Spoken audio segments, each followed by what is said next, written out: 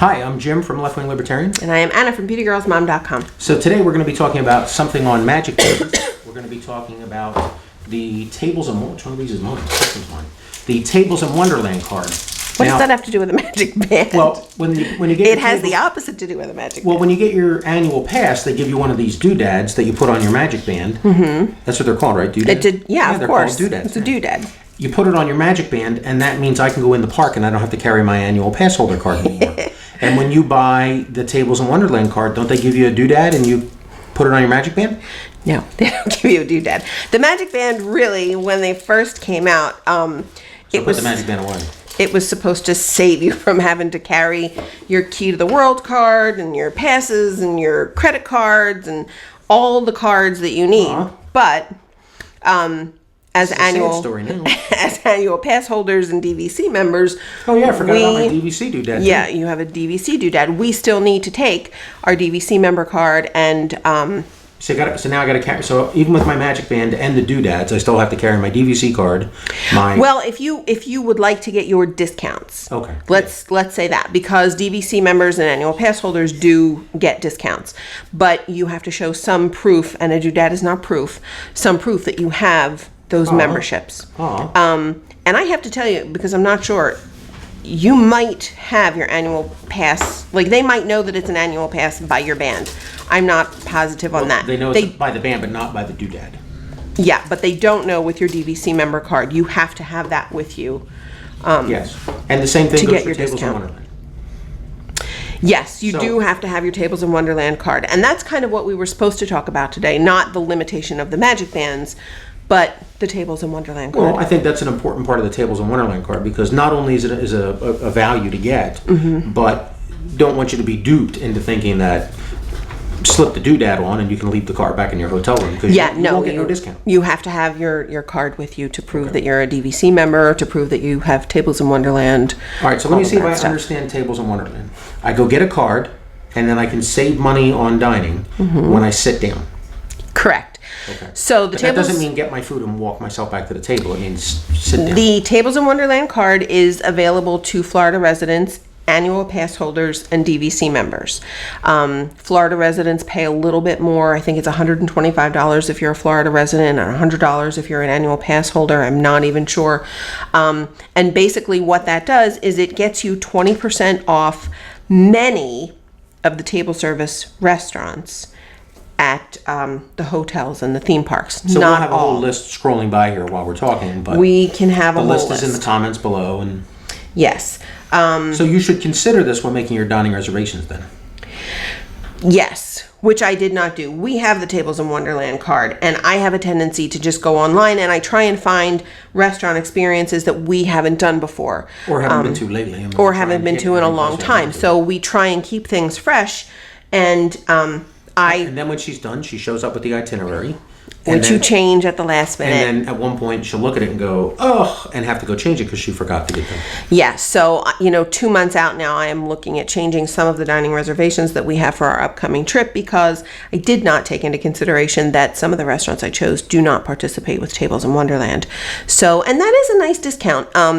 Again, it's 20% off of everything. So alcoholic beverages, you're not restricted like you are with the Disney dining plan. So if you want an appetizer and a dessert, or, however you want to eat, you can order whatever you want on the menu, and so the 20% discount. We took a group of people up to California Grill, mm-hmm. Which is at the top floor of the Contemporary. Mm-hmm. And we had a big dinner last Christmas. So there were 6 of us, mm-hmm. plus drinks and appetizers and sushi, and we were all there for the whole night and everything. 2 Christmases ago. Yeah, so let's say that, 2 Christmases. So let's say that was, I don't know, what do we call it, $500 or $600? It was a little over $600. Okay, so $600, and out of that we saved 20%. Correct.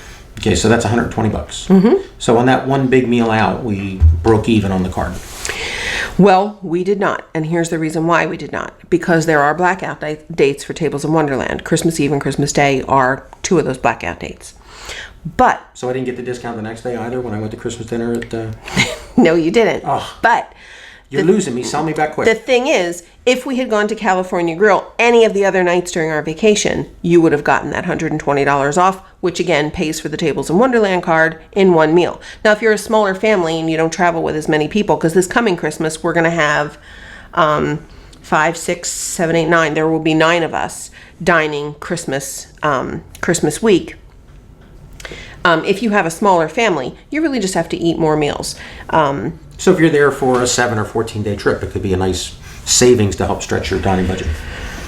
Well, yeah, I mean, and for some families, even if they're only there for 4 or 5 days, depending on, where you like to eat and what your menu looks like, if you... Now, this is meant for people like us who don't use the dining plan. Yeah, and again, it's limited to Florida residents who would probably be more likely to just go into the parks for dinner, or to have a nice meal. Annual pass holders who, again, are there all the time. You're there all the time. You might decide, instead of going to the local eatery, you want to go into Epcot and have a nice meal or whatever. So it definitely is geared more to people that spend more time at Walt Disney World and would take advantage more of the restaurants. Yeah, and that's, I guess, the disgruntled dad who's paying for this, the argument would be, it's a scam. They want my money to keep me here. If you're there often enough, there's more than enough restaurants to go to. So it's not like you're going to get tired of one cuisine or another. It saves you the trouble of having to go out into town and come back. Yes. Keeps you on Disney property. And, if you're there often enough, it breaks even pretty quick. Yeah, it does. And again, it's good for a year. So especially if you're an annual pass holder and you purposely buy that annual pass so that you can maybe make 2 nice vacations a year. You come a little bit earlier to make sure you get 2 in your 12-month period. It definitely would pay for itself in that kind of... look for that in a future video, how to stay at Disney for 7 days for free. It's, if you manage your expenses and the annual pass and stuff, the savings adds up. The savings do. For us, because we go in the parks, and, I've heard people say, I don't know why you would buy an annual pass if you're only going into the park for a couple of hours. It's the annual pass that lets us go into the park for a couple of hours. Like, our next trip is over the summer. I'm not a fan of doing over the summer trips, but because of scheduling and things like that, we have to go in the middle of summer. There is no way that I want to be in a theme park in the middle of the day when it's 90 plus degrees and 90% humidity. There's really no one in our party who wants to be there for a 10-12 hour summertime marathon. Yeah, it's not going to happen. The annual pass, if you're going to Disney enough, the annual pass just makes it more fun. Yeah, because if I had spent $100 and some odd dollars for a ticket to a theme park and I'm only going to be in there for 3 or 4 hours, I am using these A and B C tickets. I have guilt. I would have guilt spending $110, $112 for 4 hours or 3 hours, just to hit the attractions that I know the kids really want to do and then head out to go to the pool or to do something in air conditioned. But with the Magic Band or with the annual pass, it's not a big deal. Yeah, it's distracting. But it's not a big deal to say, okay, we're going into the Magic Kingdom tomorrow. We'll hit it at rope drop at 8 o'clock. At 11 o'clock, we're leaving to come back to the pool. Yeah. Or we're going to do Animal Kingdom, by the time we do the safari. And, maybe we'll close with Cali River Rapids so everybody gets drenched. And then we're headed back to the hotel to, have a little rest in the air condition. Maybe have a lunch somewhere, where with my Tables in Wonderland card. So this works for all meals? It does work for all meals, breakfast, lunch, and dinner. Again, it is restricted to the restaurants that participate. Even go at right off the top of my head, there are 2 restaurants that do not participate. Be Our Guest is dinner only. If a restaurant opens up and expect it not to participate right away. Well, yeah, because these are kind of negotiated contracts, so not don't expect it. The same as the dining plan. Don't expect all of your favorite restaurants to show up in January on the dining plan. So the Tables in Wonderland, check and see where you can use it. Check and see where you can use it. Figure out if it's right for you. Make sure, again, Tables in Wonderland is primarily table service restaurants.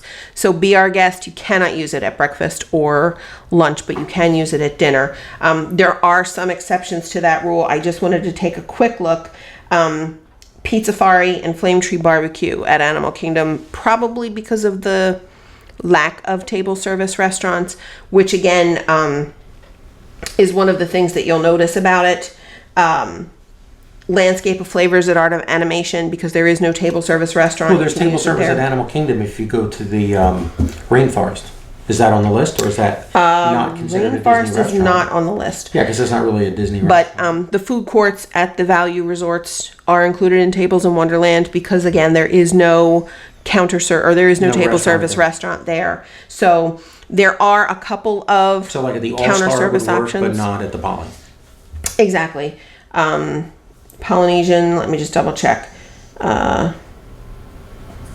Ohana, Kona Cafe, and the Spirit of Aloha also works at the lounges at some of these places. So, again, if you're not even going for dinner, you just want to go and have a few drinks. The other thing I wanted to say... Well, here's where somebody will say they're going to get you because they're going to put the gratuity on it. Well, they do. They do add an 18% gratuity, but here's the thing. You're going to pay a gratuity. Most people are going to pay the gratuity anyway. Most people are going to tip 18%. So, basically, you're tipping for free. Doesn't stop you from tipping more.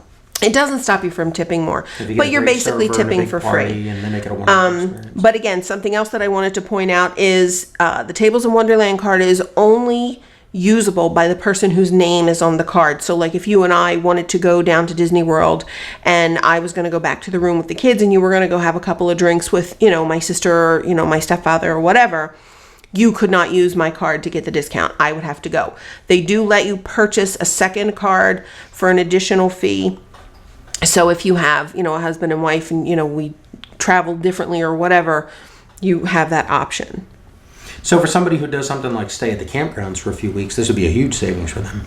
Well, yeah, if you're going to, and again, if you're at the campground, you might be preparing some of your meals at the campground. Yeah. But again, you could only be there for 4 or 5 days, with 4 or 5 people, and we've done it. It's not that hard to get to $600 at Walt Disney World restaurants. Even if you're DVC using the kitchen, you only have to eat out once or twice during the year and it's paid for itself. And then from there, you're just saving a few extra bucks. Yeah. But, if this is a purchase that you're going to make and you want to make it to save money, do go over the list of participating restaurants. Make sure the restaurants that you book are on Tables in Wonderland. Now, I can see at least 2 that I have to change. But plan to buy it and make your reservations as if you have it. Yes. And then buy it when you get there. Because you don't need it you don't need this to make your reservations, and you don't need it when you walk in. You just need it when you go to pay the bill. That's correct. And you can purchase this at guest services, Downtown Disney guest services, or you can order it online. So, and wait till you're there and get it at guest services. Yeah, you don't need to have it in advance, but it certainly makes it easier, especially if you plan to hit the parks like as soon as you get off of the plane. When you're loading your activities onto your phone, just put a note on your calendar. Guest services, pick up the card. Yeah. And then you have it. Yeah. Stick it in your wallet and take it on your trip. But it's a good way to save money at Walt Disney World, and you will need the card with you. It's not loaded onto your Magic Band, so make sure you have that with you. It won't work with any of those doodads. No doodad for Tables in Wonderland. Okay. I am Anna from BeautyGirlsMom.com. If you'd like to subscribe, please just click the button wherever it appears on your screen. We'll see you real soon.